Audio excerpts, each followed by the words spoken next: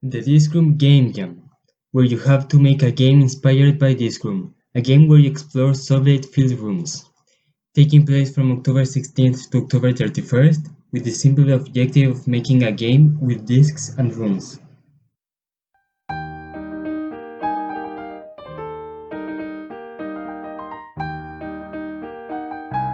At first, I wasn't sure about participating on this jam, since I also had to work on schoolwork and attend classes every day.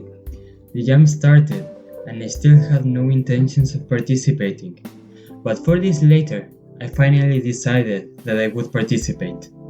I thought that since the jam lasted for so long, I could balance school and other activities with game dev. Being 4 days behind, I quickly got to prototyping.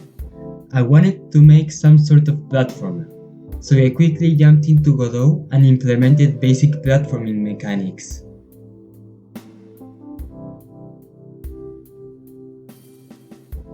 I see many people don't really know much in regards to responsive platforming jumping, so let me give you a quick overview of how I did it.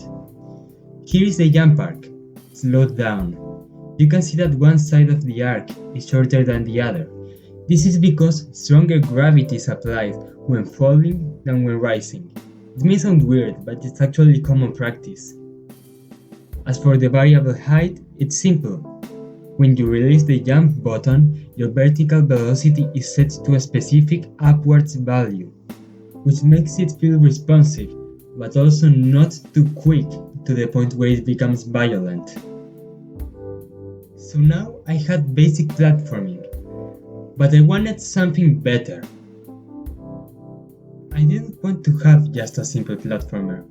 I wanted to have a unique mechanic. I wanted to have some kind of special item, which maybe I could throw around too. So with that in mind, I came up with an idea. You have an energy core. When you throw it, you get a boost. But you need this core to jump high. I then started implementing this.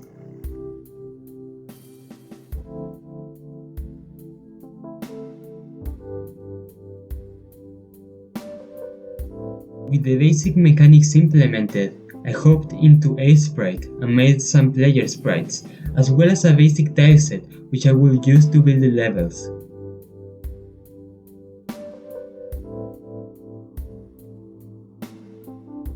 Of course, the game now needs some obstacles. I made and added some spikes which could kill the player. With that in place, I made it so you could go to different rooms.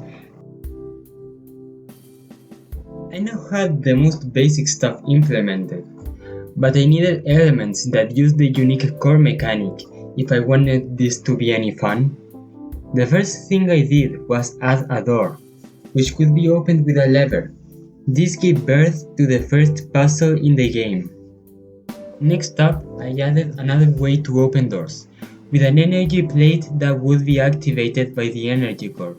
At the same time, I also added an orange door, which would be opened and closed separately from the blue one. I recommend using blue and orange for these kind of things, since it's very colorblind friendly. Now that I had basic puzzle elements, I made a good bunch of puzzle focused levels, which I then packaged up and sent out to playtest. And I cannot stress this enough, send playtest versions. It's extremely helpful and will lead to an overall better game.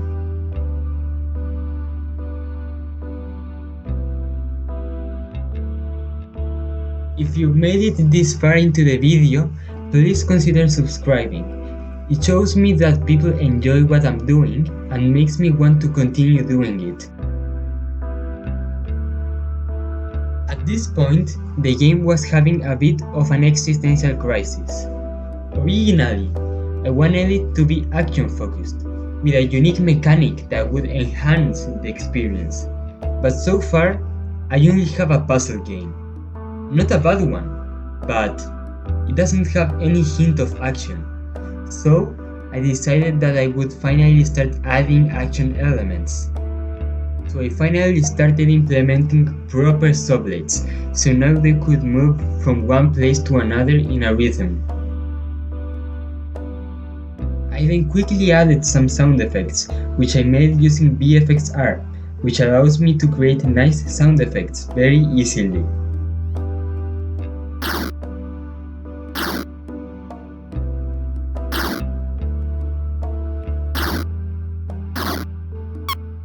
After that, I considered that it was a good time to send out a second playtest version, so I got around to making new levels to showcase what I had just added.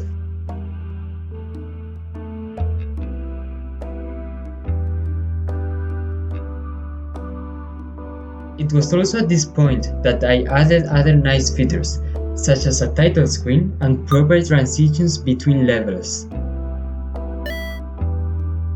After this, all that was left was polish. I made even more levels. I worked on an options menu. I adjusted the difficulty curve. I implemented the feedback I got. And after not much time, I was done.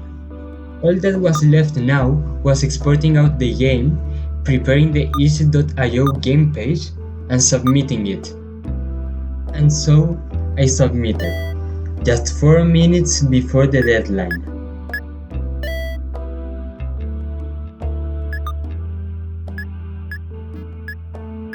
In the end, I think this turned out pretty good. It was a ton of fun, and the end product is something I'm proud of. I enjoyed this longer jump style, because I didn't feel like I was in a hurry to get stuff done, and I could actually work on the game, while also focusing on schoolwork and other such activities. Before the video ends, I just want to say that I would really appreciate if you played the game. The link is in the description. This has been Dev, and thanks for watching.